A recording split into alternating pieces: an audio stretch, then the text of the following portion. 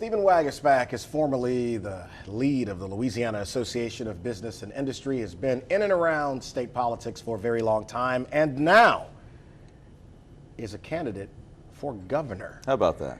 Man. What you think about that, man? It's interesting because I have suspected for a while that you might at some point jump in. Well, why didn't you tell me a long time ago? Maybe I'd have made my decision a little more clear, man. I think I did. So let's Fair point. I do believe I did. So let's talk about this. So why'd you decide to do this now?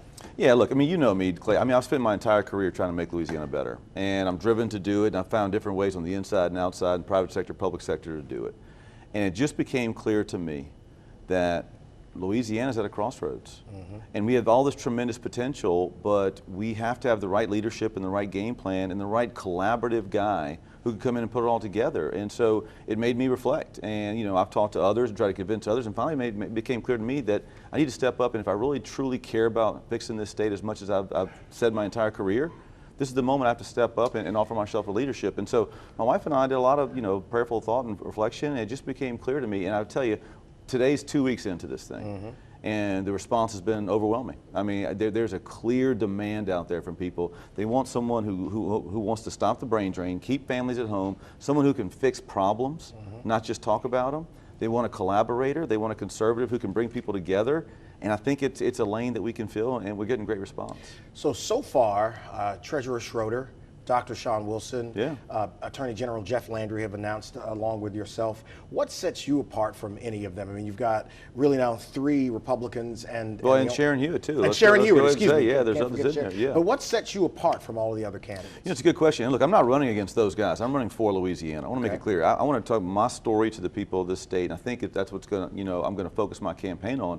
But look, I just think I have a unique skill set at a time when the state needs it most. Right now, the South is booming. What's that skill set? Okay, the South is booming right now. All right. If you look at the other states right now, they are blowing and going. With their jobs are increasing, their population's growing. Louisiana's going backwards.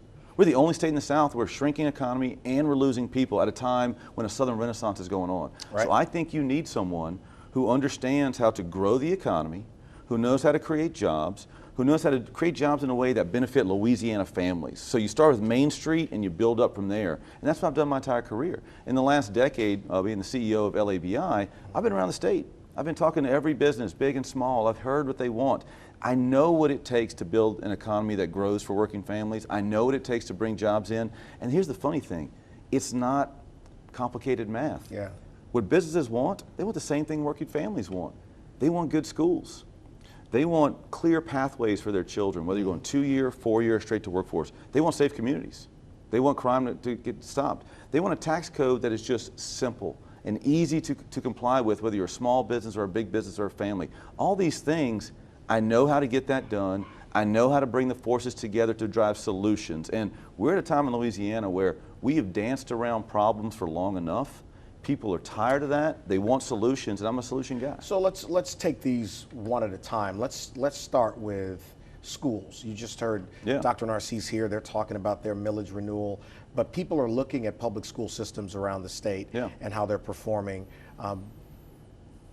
As the governor of the state, you are really the lead of everything that goes on, and obviously there's a separate State Department of Education, but the governor has to speak for the people. What's your grade about the way public education is working in Louisiana now? I think we have room for growth, and we got to do better, to be honest with you. And that's not an indictment of anyone that's working their tail off. Look, Cito was just here. He's a great guy doing great things, working his tail off. But I would tell you the issue is a couple things. One, we got to put parents more in control of their kids' lives. And that means giving parental choice, giving them true options, letting parents have more control. That is a demand that's out there in the country. It's a demand we have to meet. The second thing is we have to rethink high school. That 17, 18-year-old kid that right now we let kind of hang out in high school and enjoy have a good time. You're about to go to college. We got to have a different mindset. And we have to create outdated. We have to create pathways to those kids. We have to sit down every kid who's 16 or so and say, look, you're either going to 4-year, 2-year, straight to workforce, or you're in that 4th bucket. We're worried about you. You're in drugs, you're in crime, we're worried about you. So what about those kids? What do you do about those kids? See, that's where high school has to stop being a castle and turn into an outlet mall. You got to bring in the 2 years, you got to bring in the training facilities, you got to bring in business and industry, you have to bring in the services for mental health, drug treatment, and that back into high school is the last time we have kids before we launch them as adults. That's where we have to put them on a pathway to success here. And we can do it. Other schools have done it. It's just opening the doors, bringing in others, and turning it into a launch point. You know, we'll take a break in less than a minute and come back and do another segment, but I want you to start answering this question. Politics has become even more tribal than it's been in years gone by. Yeah. How do you speak to both a conservative, moderate, and if opportunity is given, liberal base to make them understand that your vision is for everybody? And that's where I think I separate myself from the other candidates, is because that's what I've been doing most of my career. The issues I'm talking about, it doesn't matter if you're a cufflink, if you're a working mom, if you're someone at the kitchen table, if you're in a boardroom, everyone wants good schools. Everyone wants pathways for kids. Everyone wants to save a community. So my solutions that I'm going to bring together and the groups I'm going to bring together, it has to work for every single Louisiana. No more divide. I'm tired of the bunkers. I'm tired of everyone sitting in their factions and throwing bombs. Louisiana's sick of that. They want someone who can bring people together and get things done. We'll take a quick break and come back with Wags and talk about working with the legislature if he is elected, and then his vision for business. More with Stephen Waguespack in just a moment.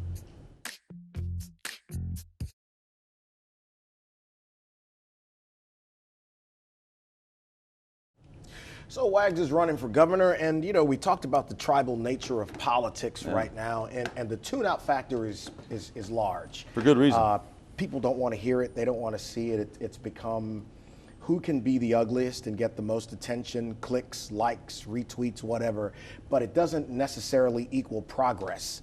So how do you cut through that noise? Because it's going to be a vicious run for governor. You know that, right? Sure, absolutely. So how do you cut through that? You just be real. I think people are also tired of fake. All that stuff you mentioned, they're tired of fake. They don't want some spinned up version of a candidate. They want someone who's real. So you'll see what we're doing in our campaign. You know, every now and then I just get the selfie video. My family makes fun of me. I'm a big selfie guy, like most dads are. I'm putting selfie videos out there. I'm talking I beg to differ, sir. I'm not a selfie dad. Well, you need to join the club because it's pretty cool. I'll pass on that. Look, different show, different time. But look, I mean, you got to talk to real people and relate to them. And I think that's what we need to do. People in Louisiana, we're a communal state, man. Yeah. We want to like our governors. We want to hang out with them. We want them to think they not just like have good policies, but they also reflect our values and our culture and our way of life. And I think I'm going to speak directly to that. And look, I don't know what the other candidates are going to do. They can run their own campaigns. And if they want to get into the, throwing bombs and throwing accusations, let them do it. I'm going to stay pure talking to the voters. But you're not going to do that. I don't plan to do that. So, one of the things that people have said is that you could draw criticism because of your time having worked for former Governor Jindal. Yeah. I think that's just not really a new thing anymore, but it's going to happen. So what's your thought about it? Look, I'm proud of everywhere I've worked. I've worked for governors. I've worked for the State Business Organization. I worked in D.C. for a while, and I've learned a ton from each of those folks. What I'm saying, this is the first time where I'm going to be talking to voters and say, this is who I am. This is my opinion. This is my beliefs. This is my core values. And I've never had the chance to do that. I've always been representing others. And so I can't wait to tell my story.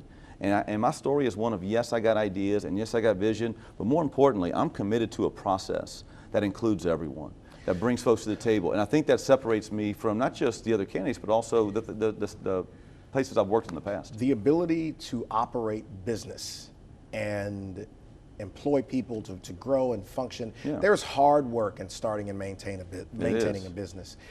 What is your position on how you help Louisiana businesses, particularly small businesses, thrive?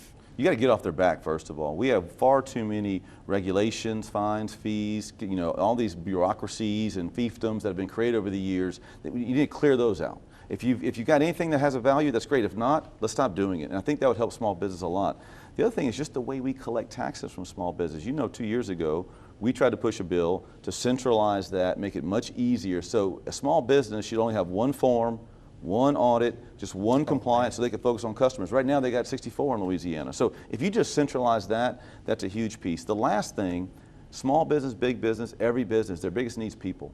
They got to find people who can read and write and stay off drugs and have good soft skills. And so if you really fix that high school launch point, then all of a sudden you can start rolling people out into our communities that are ready to work, they're ready to be a good team member, that benefits small business. So, I love that point, but one of the things that I want to ask about is not everyone's going to go to a 4-year or 2-year institution. Some young people are just ready to get right to the workforce. And we have been lacking in our ability to give them the skills. That's exactly what I'm talking about. Yeah. So how do you catalyze that? Because we have a shortage, man, of people who are welders and plumbers and doing that kind of work. Absolutely. Those are important parts of our economy. How do you get more of those? That's where I think that back end of high school reform is so important. I mean, seriously, if you're going to a 4-year as a senior, start taking that dual enrollment, just like CEDO's been trying to do, so you can get those credits, lower that cost of 4-year. You're going to go to a 2-year? Great. Start taking some of those courses in your senior year. Get some of those apprenticeship opportunities. Get some of those certificate opportunities so you can go earn that quicker.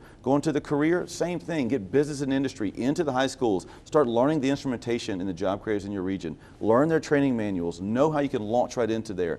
We have pockets of success around the state, but you have to tweak the formula and the accountability system and get the incentives right so you bring everyone together so that last year of high school becomes a true launch point where kids can go out and become responsible adults. Where can people learn more about your campaign? Wagsforla.com, wagsforla.com. And look, I noticed you got a little bracelet or two on there. Look, I got one for you right here. Look at this. Wags for Governor and wagsforla.com. My man Clay Young going to have that, add to his collection. Everyone gets a win, everyone gets a bracelet, just like that. See, that's why we don't normally let him in the building, right there. Good to see you, brother. You too, man. Appreciate you. Back to talk about the governor's prayer breakfast next.